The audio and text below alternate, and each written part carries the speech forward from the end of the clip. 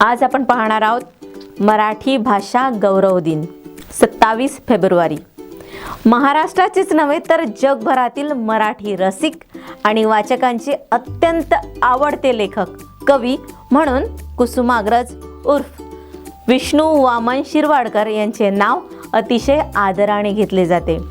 त्यांचे साहित्य, सांस्कृतिक क्षेत्रातील मौलिक योगदान, मराठी भाषा ही ज्ञानभाषा व्हावी यासाठी त्यांनी घेतलेले अविरत परिश्रम, ज्ञानपीठ या सर्वोच्च पुरस्कारांनी त्यांचा झालेला सन्मान इत्यादी या सर्व गोष्टींचा बहुमान, माय मराठी भाषेचा गौरव आणि कुसुमाग्रजांच्या स्मृतींना विनम्र अभिवादन म्हणून महाराष्ट्र शासनाने दिनांक 21 जानेवारी 2013 रोजी शासन निर्णय काढून दिनांक 27 फेब्रुवारी कविवर्य कुसुमाग्रज यांचा जन्मदिवस हा मराठी भाषा गौरव दिन म्हणून साजरा करण्याचा अध्यादेश काढला।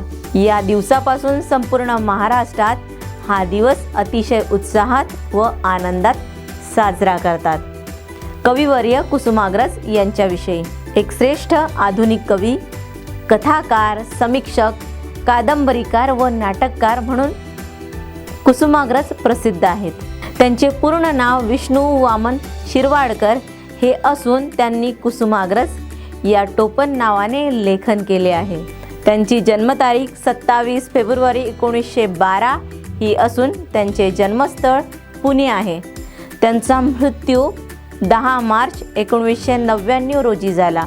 जीवनलहरी, विशाखा, किनारा, कौंतेय, नटसम्राट ही त्यांची वाचकप्रिय पुस्तके आहेत।